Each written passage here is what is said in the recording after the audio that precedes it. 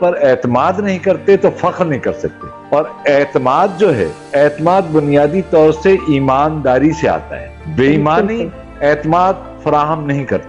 جو ان گاٹن چیزیں ہیں وہ اعتماد کو دھچکا دیتی ہیں. تو میں یہ سمجھتا ہوں کہ میرے تربیت میں کمیونسٹ فکر، سوشلسٹ فکر کا بڑا اثر رہا، لہٰذا میں نے وہی کام جو ہے نا انجمن ترقی پسند مصنفین، ظاہر ہے میں 10 برس تک اس کا جنرل سیکرٹری رہا. میں ہندوستان گیا، کیفی آدمی یہاں آئے، یہاں مجھے دعوت دی، میں گیا، وہاں پر مختلف لوگوں سے ملا، اور بہت سارے جو آج کے آپ کے بہت سارے لوگ زندہ ہیں، یعنی افتخار کم از کم اس میں زندہ ہی ہے، اور سہارنسارے بھی زندہ ہیں، اور انور شعور بھی ہیں، باقی تقریباً جیسے جان ایلیا ہیں، احمد فراز ہیں، جوش صاحب ہیں، اور آپ کے سبت حسن صاحب ہیں، یا فیض احمد فیض صاحب ہیں. تو یہ ظاہر نہیں ہے دنیا میں، لیکن ہم نے ان سے بڑا کسب حاصل کیا. ہم نے ان کی نشستوں میں بیٹھے، اور جو نشست و برخاست کا جو سلیقہ ہے، جو آپ کے ابھی کہہ رہی تھی کہ نشست و برخاست کا سلیقہ جو ہے نا، ہم ایک دوسرے سے سیکھتے ہیں. اصل میں ایسا نہیں ہے کہ نوجوان ہمیں نہیں سکھا رہے ہوتے، ہمیں نوجوان بھی سکھا رہے ہوتے. اور نوجوان جب سوال کر رہا ہوتا ہے تو اس کا سوال بڑا ویلڈ ہوتا ہے، تو لہٰذا جب تک اس کا سوال کی ویلڈیٹی آپ نہیں سمجھیں گے تو اس کا جواب، مطمئن بخش جواب جو ہے نا، آپ دے نہیں پائیں. یہ صحافت نے مجھے سکھایا کہ سوال کروا ہوتا ہے، اور اس کا جواب دینے والا کتنا تندہی سے یا کتنی شفقت سے، کتنی محبت سے اس کا جواب دیتا ہے، یہ اس کا آرٹ ہوتا ہے. تو آرٹ جو ہے بنیادی طور سے انسان کے ہر لمحے، ہر انگ میں، ہر چیز میں، یعنی ایون کہ آپ باورچی خانے میں جاتی ہیں، جب آپ چولہا جلاتی ہیں تو وہ بھی ایک آرٹ ہے، اس میں بھی ایک ساز ہے.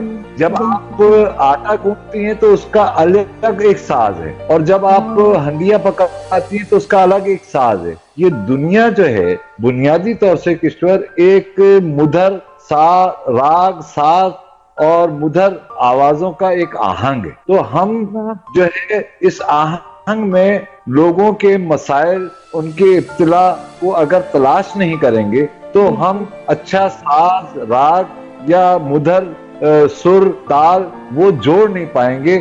کیونکہ سر تال جو ہے نا بنیادی طور سے آپ کے یعنی اذان میں بھی آپ کو سر اور تال ملے گا، آپ کو نعت میں بھی سر اور تال ملے گا، آپ کو غزل میں بھی سر اور تال ملے گا، لیکن وہ مخاطب کس سے ہے؟ اگر وہ ذات سے مخاطب ہے تو ہم اس کو کہتے ہیں کہ وہ ذات سے مخاطب نہیں ہونا چاہیے، بلکہ سماج سے اس کا تخاطب ہونا چاہیے، سماج سے اس کا گفتگو ہونی چاہیے، اور سماج کے افراد سے اس کی گفتگو ہونی چاہیے. یہ نقطہ نظر جو ہے نا وہ مجھے صحافت میں لے کے آیا. جہاں تک صحافت میں آنے کا تعلق ہے، میں بنیادی طور سے بہت ہی نڈر قسم کا انسان پیدا ہو گیا، یا مجھے کمیونسٹ نقطہ نظر نے کر دیا. تو صحافت میں نے قیدیں بھی جھیلی ہیں، مجھے راتوں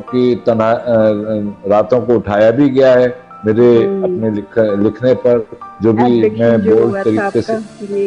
آپ نے یقیناً پروفائل دیکھ لیا ہوگا کہ مجھے اٹھایا بھی گیا تھا. آپ کو رات میں اٹھایا گیا، کڈنیپ کیا گیا، تو یہ بھی آپ کی ایک طریقے سے آپ کی سچ بولنے کی سزا تھی، کیونکہ جو نڈر ہوتا ہے، جو سچ بولتا ہے، تو اس کے تو دشمن کافی ہوتے ہیں. تو یہ یقیناً نڈر لوگوں کا کام ہے. نہیں، وہ میں سمجھتا ہوں وہ دشمن نہیں ہوتے کشور، میں تو ان کو بھی دشمن نہیں سمجھتا، وہ اصل میں بے خبر ہوتے ہیں. جی نادان ہوتے ہیں. اعلیٰ ظرفی میں آپ یہ کہہ رہے ہیں وہ نادان ہوتے ہیں، بے خبر ہوتے ہیں. جب وہ بے خبر ہوتے ہیں تو ظاہر ہے کہ وہ بے خبری میں کوئی بھی غلطی ہو سکتی ہے. بالکل. کیا خوبصورت بات، آپ کی گفتگو اتنی مدھر ہے، اتنی یعنی شاعرانہ ہے، تو شاعری کا کیا ہی ذوق ہوگا. آپ نے کتنی گھر کی روزمرہ کی چیزوں میں رومانیت جو آپ سمیٹ کر لائے ہیں، چولہا جلانے میں، آٹا گوندنے میں، کتنا خوبصورت آپ کا لہجہ، بہت ہی یقیناً ہمارے سامعین بھی محظوظ ہو رہے ہوں گے. اور یہی چیزیں جیسے آپ نے کہا کہ ہم ایک دوسرے سے سیکھتے ہیں، آپ نے اتنے بڑے لوگوں سے سیکھا، اب ہم آپ سے سیکھ رہے ہیں. اور میں یقیناً آپ کی شکر گزار بھی ہوں کہ جس طرح سے میں تھوڑا سا پریشان تھی آپ سے بات کرنے میں، آپ نے میری حوصلہ افزائی کی، آپ نے مجھے ریلیکس کیا. تو یقیناً یہ آپ جیسے اعلیٰ ذوق لوگوں کی بات ہے.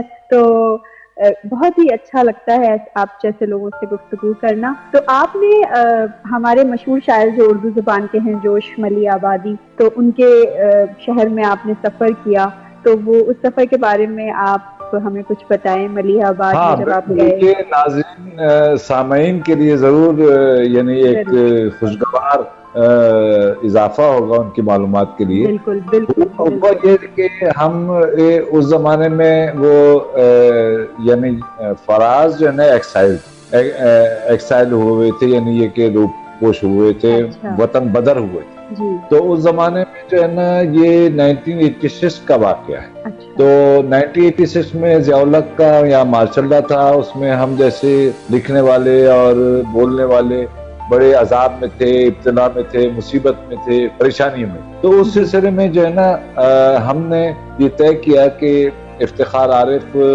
میں اور فراز نے یہ طے کیا کہ بھئی ہم جو ملیں گے وہ لکھنؤ میں ملیں گے. تو ہم نے جیسے تیسے کر کے یہاں سے ہم نے لکھنؤ کا رخت سفر باندھا اور ہم لکھنؤ پہنچے. وہاں پر افتخار عارف کی والدہ، مجھے یہ شرف حاصل ہے، واحد میں شاید پاکستان کا آدمی ہوں کہ جنہوں نے افتخار عارف کی والدہ کو دیکھا بھی ہے اور ان سے میں ملا بھی.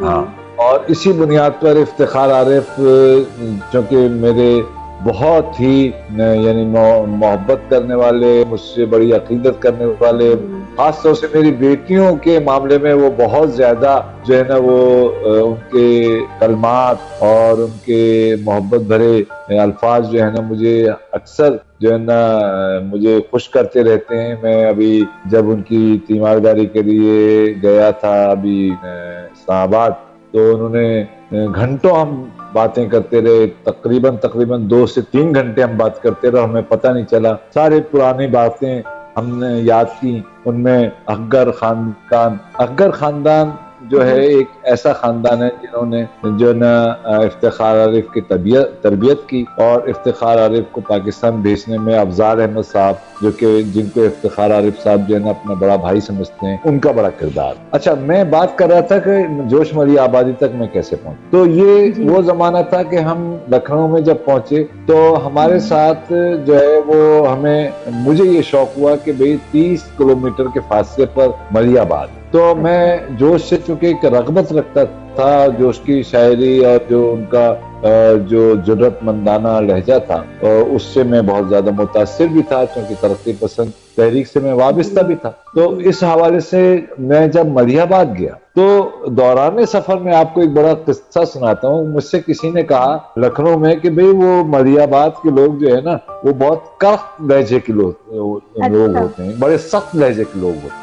تو میں نے کہا تو پھر میرا کیا اس سے میرا کیا تعلق؟ کہ نہیں، آپ ان سے بہت، مجھ سے کہا گیا کہ آپ ان سے بہت ان کا کف لہجہ نہ دیکھیے گا، اور آپ نے اگر کف لہجے میں جواب دیا تو وہ مارنے مرنے پر بھی تل جاتے. اچھا، یہ بڑی مزیدار بات ہے.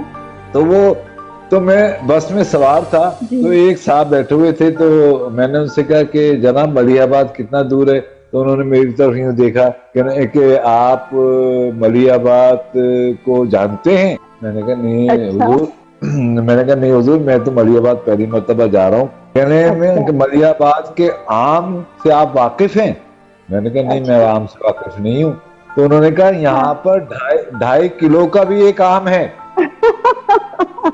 میں نے کہا اچھا صاحب ہوگا. اب میں تو چونکہ فرمانبردار بن گیا تھا، تو میں نے کہا کہ کہیں ایسا نہ ہو کہ یہ ناراض ہو جائیں، چونکہ مجھے پہلے سے انتباہ کر دیا گیا تھا کہ بھئی آپ ان سے ذرا احتیاط سے بات کیجیے گا.